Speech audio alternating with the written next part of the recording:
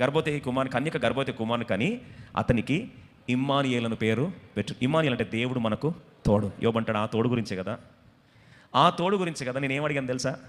9:33 ఏం కోరుకున్నా? నా మీద ఒక చెయ్యాలి, దేవుని మీద ఒక చెయ్యాలి, 2 చేతులు పెడితే నాకు ఆన్సర్స్ వస్తాయి. I don't need answers but I need arms. నాకు జవాబులు కాదు కావాల్సింది, నన్ను హత్తుకునేవాడు ఉంటే చాలు. యోబు 9:33 చూడండి ఏమంటాడు. జోబ్ 9:33 నేను కోరుకునేది నాకేం పెద్ద జవాబులు. చూడండి కొన్నిసార్లు పెద్ద పెద్ద జవాబులు అక్కర్లే, మనిషి నిలబడి నేను ఉన్నా అంటే చాలు. మీరు ఏది కోరుకుంటారండి? 100 ఆన్సర్లు చెప్పేటోళ్ళు కావాలా, నీ పక్కన ఉండేటోళ్ళు కావాలా?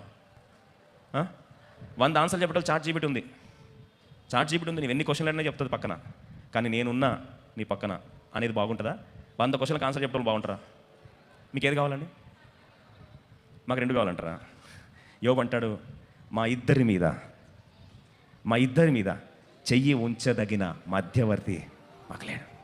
నా ప్రాబ్లంకి ఆన్సర్ ఏంటంటే దైవానికి మానవునికి మధ్యలో ఒక మధ్యవర్తి ఉండి నా మీద ఏం చేయాలి?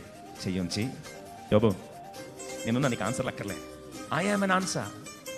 See, Jesus is an answer for millions of questions that you have tonight. ఈ రాత్రి కోట్ల ప్రశ్నలకు జవాబు ఒకటే, 5 అక్షరాల పదం JESUS.